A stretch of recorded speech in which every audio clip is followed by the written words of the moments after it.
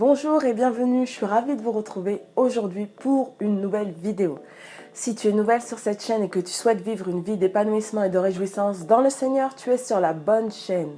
Cette chaîne s'appelle les Mardis de Gladys. N'hésite pas à t'abonner sur YouTube en cliquant ici en barre d'infos sur s'abonner et à activer la petite cloche afin de recevoir les notifications lorsqu'il y a une nouvelle vidéo.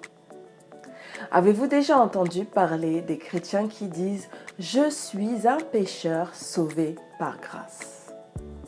Avez-vous déjà entendu cette citation?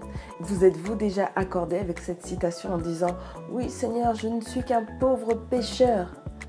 La réalité, c'est que Dieu ne nous voit plus comme des pécheurs. Oui, Dieu ne nous voit plus comme des pécheurs. Il a tout mis en place afin que nous puissions être appelés des hommes et des femmes justes devant lui.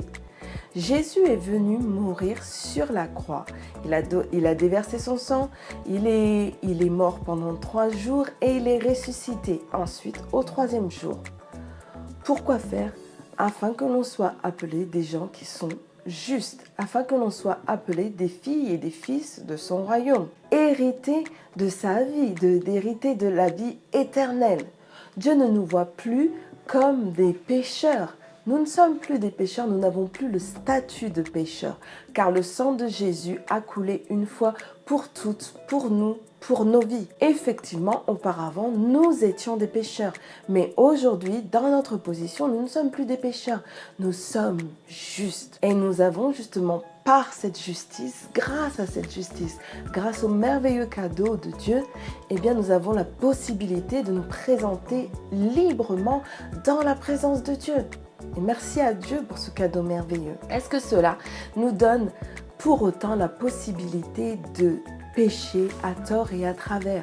Est-ce que cela nous donne pour autant le droit de vivre une vie d'injuste, une vie de pécheur? Non, Dieu ne souhaite pas que nous puissions vivre une vie de pécheur, mais Dieu désire que nous puissions avoir une vie qui est sanctifiée, une vie qui est mise à part pour lui, une vie qui l'honore, une vie qui respecte le sacrifice de Jésus.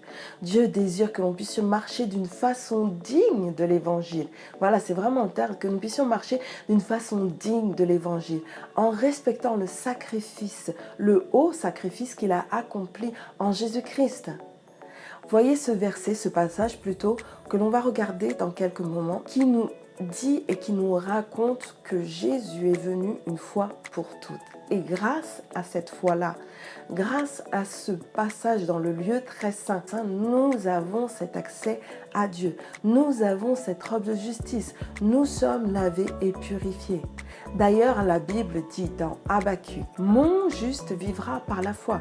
Elle redit également dans Hébreu ou dans Romains, « Mon juste vivra par la foi ». Nous sommes justes devant Dieu et nous devons de vivre par la foi. Nous savons que le sacrifice de Jésus a été accompli complètement.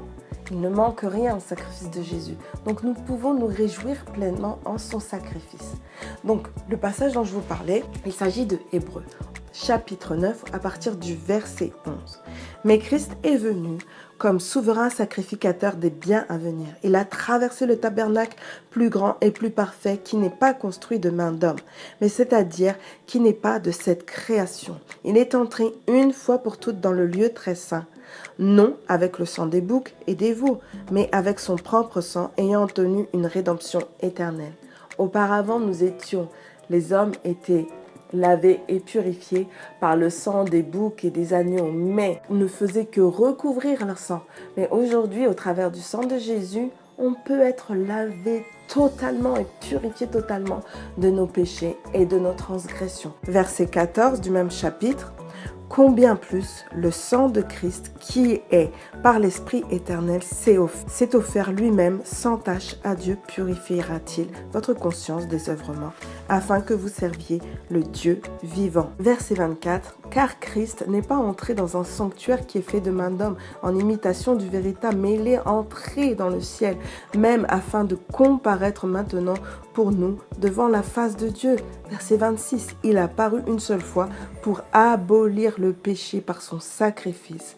Et comme il est réservé aux hommes de mourir une seule fois, après quoi vient le jugement, et même Christ s'est offert une seule fois pour porter les péchés de plusieurs. Christ s'est offert une fois pour toutes, pour chacun d'entre nous.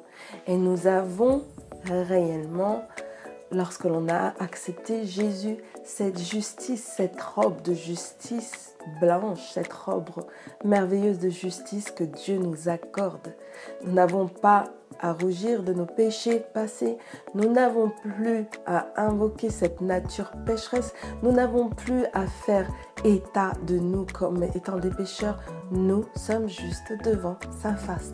Et Dieu veut que nous puissions marcher dans cette attitude, dans cette justice, afin de pouvoir entrer dans sa présence avec assurance. Et comme je l'ai déjà dit, ce n'est pas une excuse pour pouvoir pécher davantage ou pour pouvoir vivre une vie de péché. Non, c'est juste, c'est avoir cette notion de savoir qui je suis en Christ. J'ai été lavé et purifié, mais ma vie, je la réserve à Dieu et je me préserve du péché. Je ne veux pas faire du mal à mon Seigneur, je ne veux pas mal agir envers lui et je veux vraiment respecter et honorer le sacrifice de Jésus. Cette vidéo arrive à la fin, n'hésite pas à la liker et à la partager sur tes réseaux sociaux. Pas à me dire en commentaire les sujets que tu aimerais voir qu'on puisse partager. Et je te dis à très bientôt.